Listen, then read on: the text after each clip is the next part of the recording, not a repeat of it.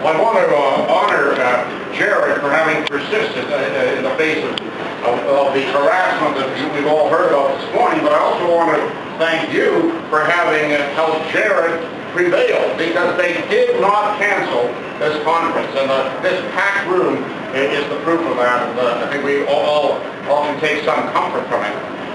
When I was in the men's room a little while ago, I didn't realize this, but a colleague pointed out that my name tag was in the urinal.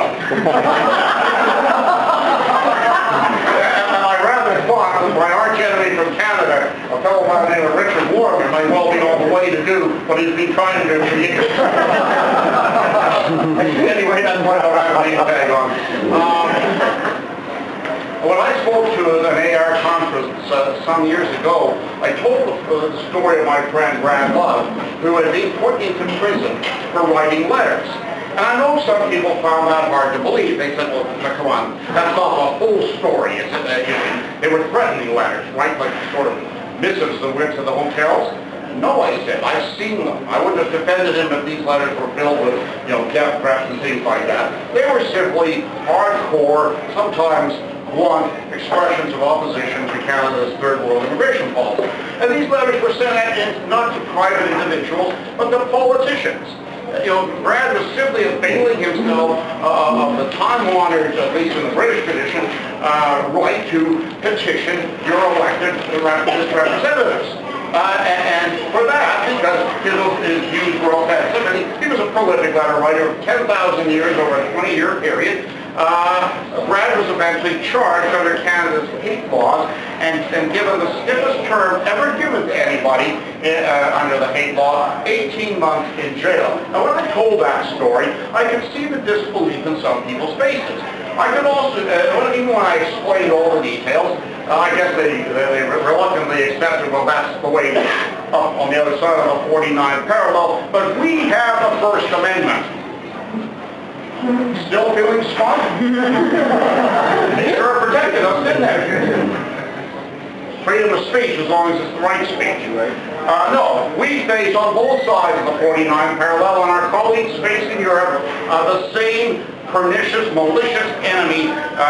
There are lots of names for the enemy, but for purposes of today, let's call them the 21st century Puritan fanatics. These are the spiritual followers of the witch burners and the torturers and the jailers of the Puritan movement. It's just Puritanism without God. It doesn't make it any better. But it's the same old cankered desire to force others to believe, and if they speak differently, to punish them. And I think as we found out this past week, this is no longer a gentleman's debate. It's not that fellow that just happens to be a bit of a fool and has views different from me, and we'll debate and argue. This is all-out war. And the tactics our enemies use, and I've talked to people in the room here who've had their neighborhoods leafleted about what we've heard of. A fellow from Ohio this morning has his neighborhood leafleted because of the things he said.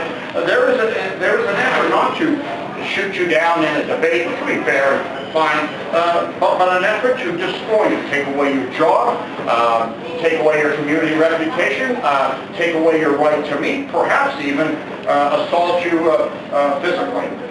It really is war, and I think we have to carefully rethink our tactics. I'd like to give you a bit of a further introduction as to what's happening in Canada.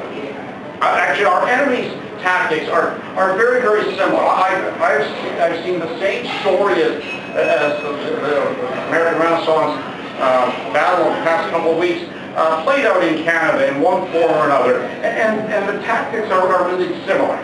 For years, right-of-center groups have run a periodic running battle with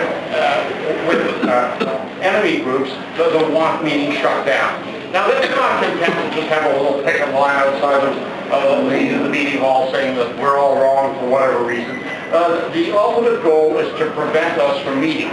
I don't know precisely where this began, but certainly in my political consciousness, I remember back in the very early 1970s, there was a group called the Communist Party of Canada Marxist-Leninists.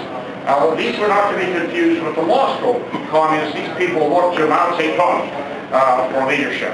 Then old Mao played a dirty trick on him. He died, and they were quite up in the air as to where to apply their allegiance. So in the end, they applied it to Albania. That was then the repository of true Marxism. And I remember their publication in the late 70s and early 80s was called People's Canada Daily News. 4 lines. It didn't represent the Canadian people. It didn't come out daily. It wasn't about Canada, and it wasn't news. Most of it were tiny print, full tabloid page reproductions of the speeches of Enver Hoxha. And in case the name it doesn't exactly ring a bell, he was the dictator of Albania. And we kind of laughed at these people. We said, you know, your model is the absolutely poorest country in Europe, and its major export back in those days was human hair.